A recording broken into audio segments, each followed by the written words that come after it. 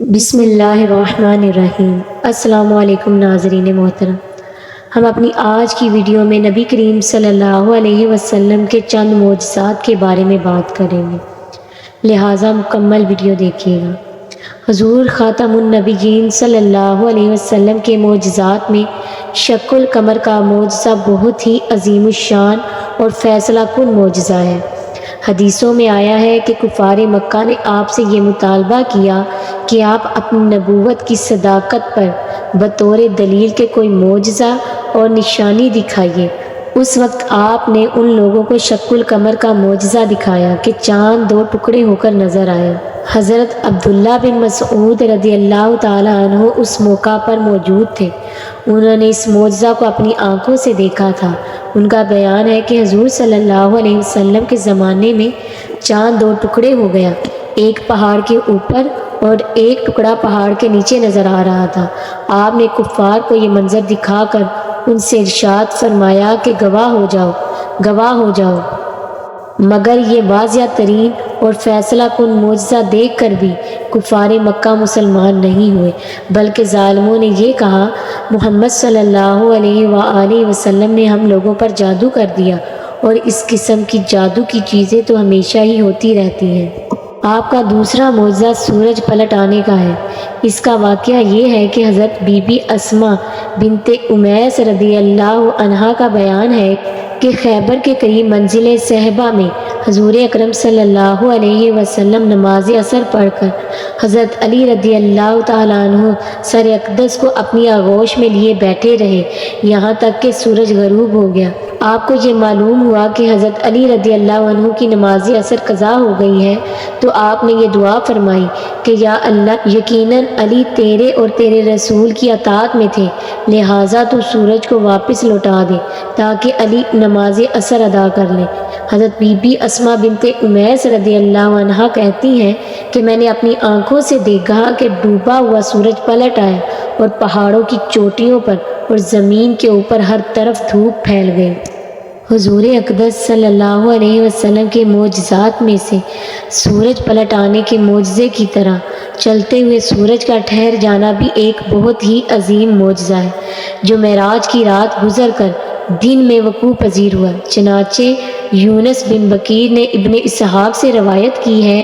جب کفار قریش نے حضور اقدس صلی اللہ علیہ وسلم سے اپنے اس قافلہ کے حالات دریافت کیے جو ملک شام سے مکہ آ رہا تھا، تو آپ نے فرمایا کہ ہاں، میں نے تمہارے اس قافلہ کو بیت المقدس کے راستے میں دیکھا ہے اور وہ بدھ کے دن مکہ آ جائے گا۔ چنانچہ قریش نے بدھ کے دن شہر سے باہر نکل کر اپنے قافلہ کی آمد کا انتظار کیا، یہاں تک کہ سورج غروب ہونے لگا اور قافلہ نہیں آیا۔ اس وقت حضور صلی اللہ علیہ وسلم نے بارگاہ الہی میں دعا مانگی تو اللہ تعالیٰ نے سورج کو ٹھہرا دیا اور ایک گھڑی دن کو بڑھا دیا، یہاں تک کہ وہ قافلہ آن پہنچا۔ حضور اکرم صلی اللہ علیہ وسلم کے معجزات میں سے معراج کا واقعہ بھی بہت زیادہ اہمیت کا حامل اور ہماری مادی دنیا سے بالکل ہی ماورا اور عقل انسانی کی قیاس و گمان کی سرحدوں سے بہت زیادہ بالاتر ہے۔ معراج کی رات آپ کے گھر کی چھت کھلی اور ناگہاں حضرت جبرائیل علیہ السلام چند فرشتوں کے ساتھ نازل ہوئے اور آپ کو حرم کعبہ میں لے جا کر آپ کے سینہ مبارک کو چاک کیا اور قلب انور کو نکال کر آب زمزم سے دھویا، پھر ایمان و حکمت سے بھرے ہوئے ایک تشت کو آپ کے سینے میں انڈیل کر شکم کا چاک برابر کر دیا، پھر آپ براق پر سوار ہو کر بیت المقدس تشریف لائے۔ براق کی تیز رفتاری کا یہ عالم تھا کہ اس کا قدم وہاں پڑتا تھا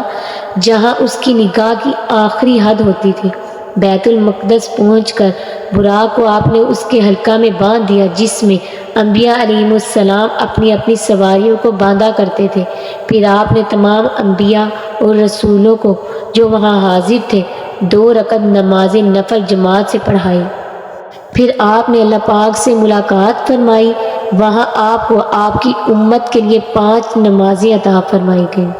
حضرت انس بن مالک رضی اللہ عنہ کا بیان ہے کہ عرب میں نہایت ہی سخت قسم کا قحط پڑا ہوا تھا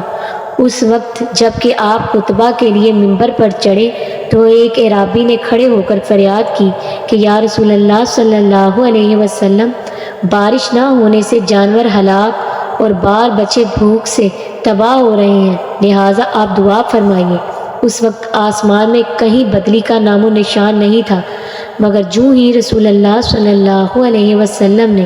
اپنا دست مبارک اٹھایا، ہر طرف سے پہاڑوں کی طرف بادل آ کر چھا گئے، اور ابھی آپ ممبر سے اترے بھی نہ تھے کہ بارش کے قطرات آپ کی نورانی داڑھی پر ٹپکنے لگے، اور 8 دن تک مسلسل موسلادھار بارش ہوتی رہی،